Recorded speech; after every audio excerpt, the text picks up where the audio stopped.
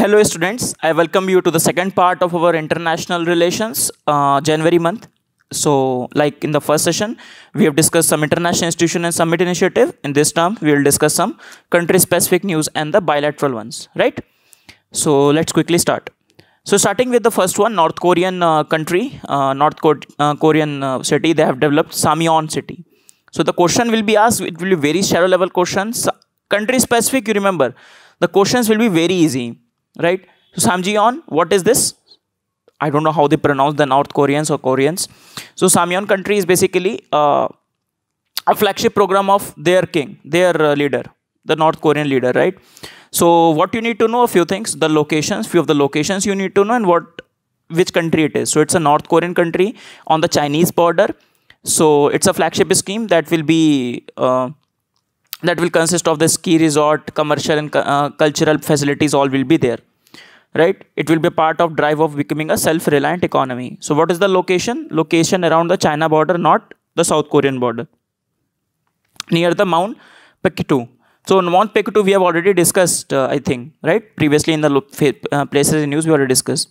So this is to rebuild the entire town. So it will have a lot of facilities, library, football pitch, museum, and all these things.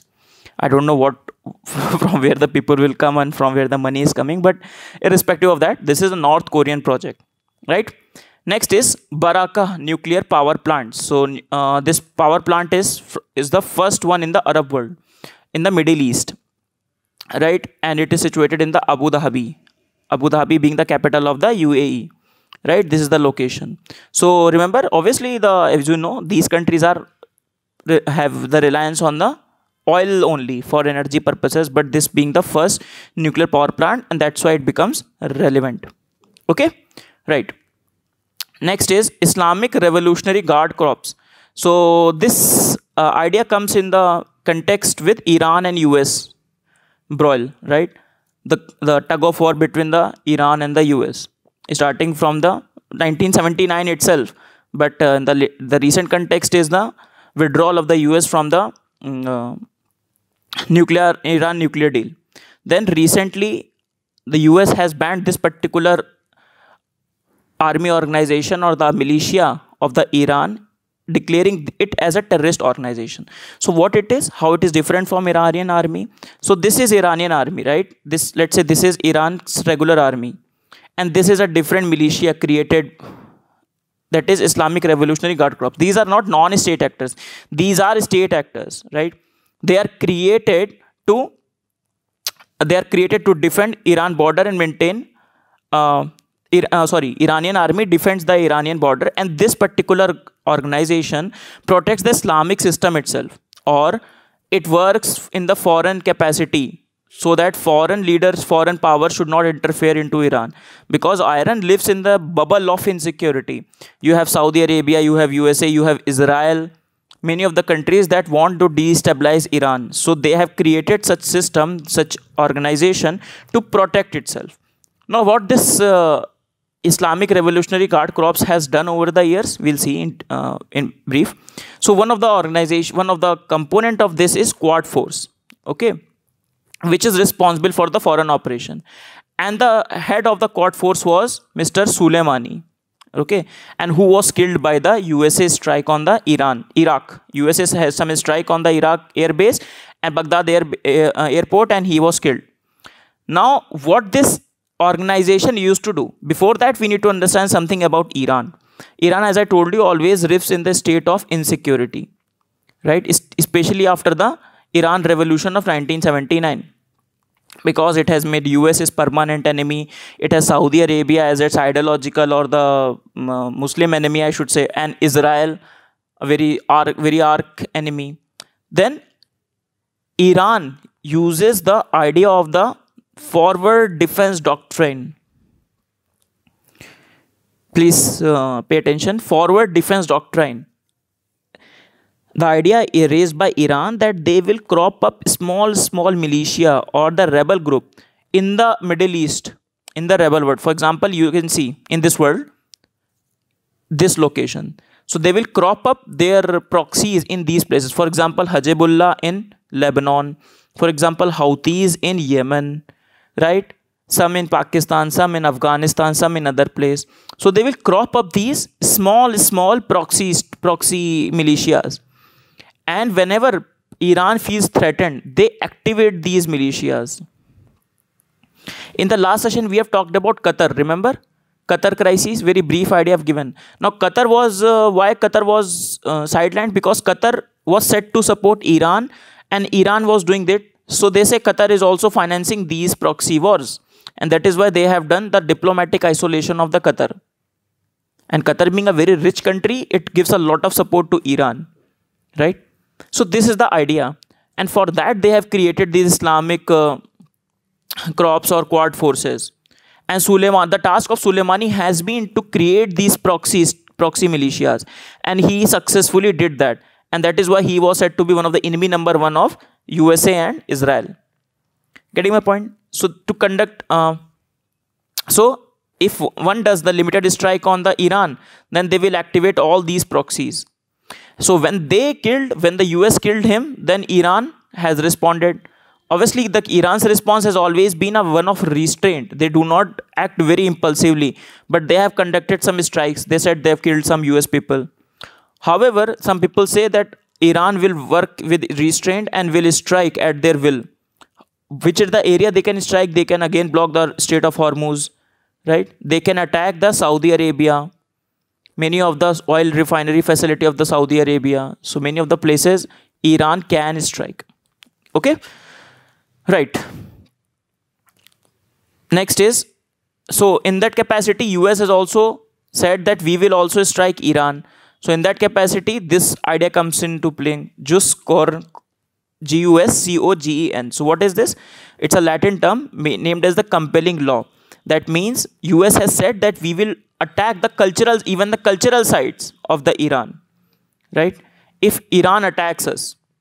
So this is a breach of just coins as a targeting the cultural sites amount to war crime, because it has been prohibited by many of the international laws. Many of the international laws have come especially post World War II. They say whatever crime you commit, but you do not commit these things. Right? Including one of those is you do not destroy the cultural site or the historical sites of the other country. Right? That is why when Taliban destroyed the Bamiyan Buddha in Afghanistan, it was considered as the war crime. Okay? Okay. So obviously there is no exhaustive list of this. However, many of the things, for example, slavery, genocide, racial discrimination, all these are considered as the recognized norm that every country must adhere to. For example, one of the thing is we have discussed the return of our wing commander Abhinandan was under these rules only, that you have to return if any such cases happen, any soldiers falls to the other side. Okay, so this is in brief we have discussed some of the ideas which are with respect to the prelims, right? We are not discussing the many of the stories that are behind it because that's not relevant for prelims, but you need to know the context. So Iran story, if you keep in mind, you are able to relate a lot of happenings in the Middle East, because Middle East remains a lot of a boil point and a very curious point also for us. Next is two things we could discuss: one China policy and one China principle. Okay, so what is the difference between the both of them? So one China policy is basically what I should say, it is a policy by the countries. One China policy, for example, India follows the one China policy. That means we recognize only this China, Bada Wala China, the big China. It is called PRC, People's Republic of China. Okay, and this small China, this is also ROC, that is Republic of China. This is known as Taiwan. Now the one China policy says that we will recognize this as the main China and we will not recognize this. Right? One China principle says that ultimately these two things are same. They say the Taiwan and the China are inalienable part of the single China. Ironically, both of them, for example, the PRC says that Taiwan is the part of China, obviously they will say, and any day we will go and acquire it. And the similar claims made by the Taiwan itself. Taiwan itself says, okay, this is a part of the PRC's part of our China and we will acquire it. Right? The division among the two, why these two divisions have been made, PRC and ROC, lies in the China's civil war, right? Chiang Kai-shek fled to this particular place after the revolution by the Mao Zedong. Now that's again a world history thing. China's Chinese story. You must do the Chinese story in the world history because that is very relevant for our mains examination. So after civil war of 1949, this was established, PRC, and Chiang Kai-shek and his follower were confined to this place. After that, these two Chinas were created, and as this PRC gained more diplomatic strength, more economic strength, this was considered as the main China. Getting my point? And that is why many of the Indian, I've seen a few recommendations of Indian Parliamentary Standing Committee's recommendation. They say one of the places to hurt China is to establish a greater dialogue with the Taiwan. If you establish greater dialogue with the Taiwan, then it will hurt China. They'll say, why you're recognizing this? Okay, right. So this is one China policy, as I explained you. So India, Taiwan, we don't have any diplomatic relationships, right? We do not have a formal diplomatic relationships, right? We do not have this. However, we recognize only the PRC. However, we have some relations because we have thriving trade relations with Taiwan. It doesn't mean that Taiwan remains in isolation just like North Korea. No, it takes a lot of it's very, in fact, world leader in technology. It takes a lot of trade with other countries. However, the diplomatic recognition is not there. That's it. So India has some cultural or economic links with this. So they have made some forums, small forums with which they operate. Some non-official meetings happen among the leaders of both the sides.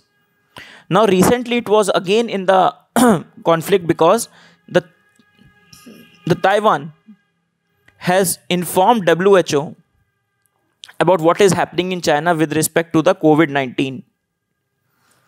Now, Taiwan has told WHO, however, WHO, it is alleged, obviously, under the pressure of the China, they have not done anything, right? In fact, one of the video has come, one of the journalists was asking one of the directors of the WHO, one of the higher ranking authority of WHO, that, sir, Taiwan has told you this, Taiwan has told you this, but he was not even taking the name of Taiwan. Why? Because a lot of pressure on these global institutions to recognize the one China policy. They shun the other Taiwan. However, in this international crisis, the global institutions should have the accommodation to these concerns, right? So this is what. In fact, Taiwan is one of the country which is able to contain the COVID. So this is China-Taiwan relation. So again, a part of your world history. Next, phase 1 trade deal. So if the question will be like that, phase 1 trade deal is in the news. It is is in context of RCEP, TTP, USA-China or USA-India or something China-India. So it is under the context of the USA-China deal. Now, you know, last year a lot of news of the trade war because US has said that China is looting us, China is taking away our jobs. China, he says too much time China, right? So finally China has said, okay, we give you some concessions. China has said we will do something. So it is a part of the trade deal. So what the China has promised, they said at least we will buy 200 billion worth of the US goods or service, reducing the trade deficit with the USA. Okay, first thing is that. Then they have said that they will do significant, because China is infamous for its IPR. Many of the USA's IPR has been copied and patented in China as their own. So US has said, please take a stock of the strong IPR, protect the USA's IPR. So China has agreed to make significant reform on the intellectual property right. The forced transfer of the American technology, refrain from the currency manipulator. China, the tag of the currency manipulator. They devalue their currency so as to make their exports more attractive for the. That is how they improve their export competitiveness. So these are many of the terms of agreement. Don't have to go into it. Just remember the trade deal, phase 1 trade deal from Prince's perspective, it is with respect to USA and China. Then some Bhutan news. Bhutan has imposed new tourism fees on Indian, Bangladeshi and Maldivian tourists. Why is it so? Because they call it a sustainable development fee. So Bhutan does charge fees to the other countries. They do not charge to these countries. Now they'll be charging some fees to these countries also, because they say because a lot of tourists are coming to Bhutan and they are destroying their economic sustainability. Now we know Bhutan prioritizes happiness over the GDP, global happiness index over the GDP of the Bhutan. And that is why they have said that we will impose some sort of fee so as to control the tourist traffic. Right? So 95% of the regional tourists to the Bhutan are Indians. And as they are getting to the free, getting there without the fee, so the numbers are increasing also. So there's some sort of sustainable fee will be imposed, and that is how they aim to restrict the flow of the tourists. Right? So just want to mention one more thing. So what is their currency? That is Bhutanese Nagal Trum, and it is equal to the 1 Indian rupee. So exchange it is 1 Indian rupee. Okay, right. So let us see some bilateral news. First is Ganga-Volga dialogue. So first we will see Volga River in our next month, February, place in news for sure. I'll discuss that. Then, so this is a track 1.5 diplomacy between India and Russia. What is track 1.5? Track 1 is between the government to government. For example, Modi meeting the Putin. Track 2 is basically on the non-official level, non-state actor, for example, businessmen meeting each other, or the cultural ambassador of one country meeting the other. Track 1.5 is mixture of both of them. Okay, so it will be organized by Ministry of External Affairs in collaboration with Shyama Prasad Mukherjee Research Foundation, based upon the idea of connectivity. Because one of the problem in Russia and India, though we have a huge strategic partnership, big strategic partnership, but our economic relationships are not, it's very poor. One of the reason is poor connectivity. Okay. In fact, many of the initiatives of the connectivity has been made for India and Russia. Okay. So, in fact, having such track 1.5 dialogue with Russia also goes to show our strategic autonomy. Because on the one hand, we are doing 2+2 with kiske saath? USA and Japan at the official ministerial level. Then we are having this track 1.5 dialogue with the Russia also. Similarly, we used to do the JAI and RIC at the same time at G20. So it goes to show our strategic autonomy. Right? So platform for the enhancing the spatial and the privileged strategic partnership between India and Russia. Right? So these are the overall Russia current, all the relations in the current affair in the news. We'll from May's perspective, it's all together different approach. So we discuss different aspects of India-Russia relationship, whether they're in current affairs or not. But from prelim perspective, only the things that are relevant is very small things. Okay, this agreement has been done among which countries. This particular India-Volga is between India or European Union, like this. So very specific and objective things you have to read from the prelims perspective thing in international relations. So we have already discussed India-Russia strategic economic dialogue. It happened in July. Then we discussed Eastern Economic Forum, where India has pledged to invest in the far east of Russia. So that is, we have discussed why the far east is important, why the Russia wants to do the investment in the far east. Okay. Next is Raisina dialogue. So Raisina dialogue has emerged as a flagship dialogue of India, done by the MEN Observer Research Foundation. If you're not reading any article of ORF, please go and see at least what they're publishing. They publish really good articles, not only with respect to foreign policy, but also some really good articles on the other issues also. And also, you can see it is not a propaganda type thing, as means that is not a government sponsored or pro-government sentiments. No, it's very objective, very analytical articles they publish. So that you need to remember Raisina dialogue, very important, because the Prime Minister keeps it as a very high priority. Our MEA keeps it as a very high priority, and it is gaining a lot of global recognition as well. ORF, this Raisina dialogue. So the theme of 2020 was navigating the Alpha Century. Right, more than 100 countries participants have come, and it is designed on the lines of the Singapore Shangri-La dialogue. Okay, so this is Raisina dialogue. So what is Shangri-La dialogue? So Shangri-La dialogue is basically track 1 intergovernmental security forum. Annually it happens, and Mr. Modi has delivered one of the flagship schemes. If you go and download it, it's a really good speech on Indo-Pacific he has given. really good ideas and really good points for Indo-Pacific. What is the India vision for the Indo-Pacific? Prime Minister has delineated all the ideas in that speech, that what Indo-Pacific stands for India, right? And really good speech quotes are there for essay also. So Shangri-La Dialogue, many of the countries participate in it, including India, USA, Australia, Japan, China. Shangri-La is the hotel of Singapore, where this thing happened. Next is 14th South Asia Conference. So South Asia Conference is organized by the IDSA, another like ORF like Institute of Defense Studies and Analysis. So the theme was Indian neighborhood first, and Rajnath Singh was there and he criticized Pakistan as being the obstacle for the success of SAARC integration of South Asia. Next, India and Brazil. In Brazil, and on Republic Day, Bolsonaro was the president of Brazil, was the chief guest in India. Bolsonaro, he was the chief guest. So Bolsonaro is also said to be the Brazil's Trump, a populist leader of Brazil. Because just like Trump, he also says some very weird things, and very populist leader does not value or does not give too much emphasis on the scientific facts or something. So coming back to the foreign relationship, so India and Brazil have upgraded their strategic partnership.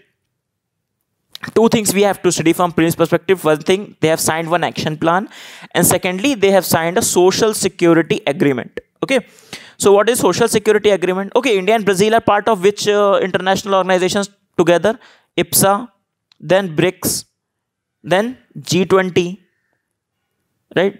G77, South-South cooperation, and all these things. So Brazil and India are having a lot of collaboration on these fronts.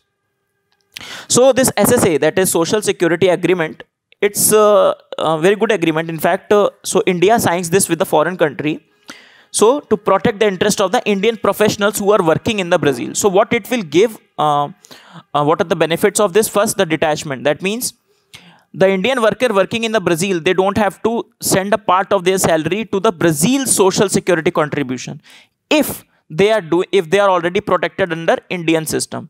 So they don't have to do it both the places. So if they are doing it in India, social security contribution, then they don't have to do in the Brazil.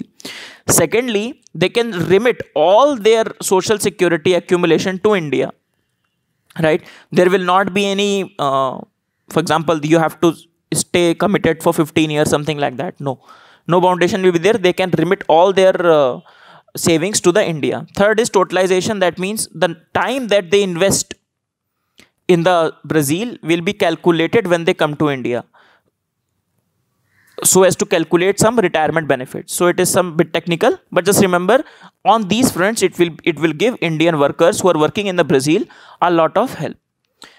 So India has not only signed with Brazil, we have signed with many of the countries: Australia, Canada, Belgium, and Denmark.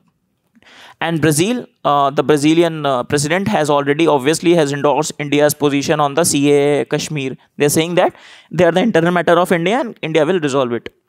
So Mr. Jaishankar has said that increasing Indian partnership with Brazil, South Africa are symbolisms of the global rebalancing. North-North to South-South. Okay, like that. Right. So India action plan. So nothing too much important. So there will be some same thing, agriculture, aviation, all these things, not very important. They have set the target to increase their bilateral trade to $15 billion, sorry. Right. Currently at $8 billion, languishing at $8 billion. Next is checkpost of the Biratnagar. So this is one of the ICP, that is integrated checkpost, that has been inaugurated. So it's a second ICP in the India-Nepal border. The first one being Raxaul and Birganj. So two things we need to understand. First of all, some of the locations, right? So first one is, you can see Jogbani. It is an Indian side, Jogbani, and Raxaul. It is both in the state of Bihar. Okay, so you can see Patna here. So it is in the state of Bihar, first of all. So these things can come in the location part. So we are comparing in the international relation, however, but it is more of a location. So their counterpart is in the other state. Okay. Right. So that is Biratnagar. Biratnagar is in the Nepal. So what is this basically? What is ICP? Just to tell you this ICP. So this is a Raxol's photo. So what are the facility? There are facility available for cargo. For example, these are the position ICP where the trade will go from India to Nepal or from Nepal to India. So there will be some facility available for the cargo terminal. There will be facility available for the passenger. So as to smoothen the reduce the logistics cost, smoothen the trade between the nations like this. Okay. So there will be scanner surveillance, because a lot of problem at India Nepal border is the smuggling is a big issue, and smuggling also happens through the formal route, these ICP routes, these normal open borders, because India and Nepal have the open borders, and that is why we are establishing this ICP. This, the idea behind is not the security purpose but for the facilitation purpose. However, having these things also will cater to the security needs, right? So with this we finish our discussion. We started with the Samyeon country in the North Korea, the flagship scheme, then Baraka nuclear power plant that is in the Abu Dhabi in UAE. Then we discussed some story of Iran, why Iran lives in the insecurity bubble, what they have done to make sure that their security is maintained. One of the thing that they have done is Islamic Revolutionary Guard Corps, which is designated as a terrorist organization, and what Mr. Soleimani has done over the years that has made US want to kill him, so as to say. Then we have discussed this because US has threatened to attack the cultural sites of the Iran. Then one China policy and one China principle, what is the difference? Then phase 1 deal between USA and China in the backdrop of the trade war. Then Bhutan's new tourism fees. Then Ganga Volga dialogue at the bilateral level. So India Russia relationships, many facets we have seen for the bilateral ones. Then Raisina dialogue based on the lines of the Shangri-La dialogue, which is a hotel in the Singapore. Shangri-La, there the conference is held every year. Then 12th South Asia conference. Then India Brazil, the strategic pact. Then post of the Viratnagar. Okay, so with this we finish our international relations for this month. So next we will see the session 4 and session 5, whatever the topics we cover. So hopefully we'll have some defense video and horticulture video coming next. So keep revising. Please see also the ministry videos. We are publishing ministry videos now. We have published 3 videos, I think. Ministry of Minority Affairs, Ministry of Environment, Forest, and finally Ministry of Tourism. We'll publish more and more as the time comes, right? So see you in the next class, everyone. Bye bye for now.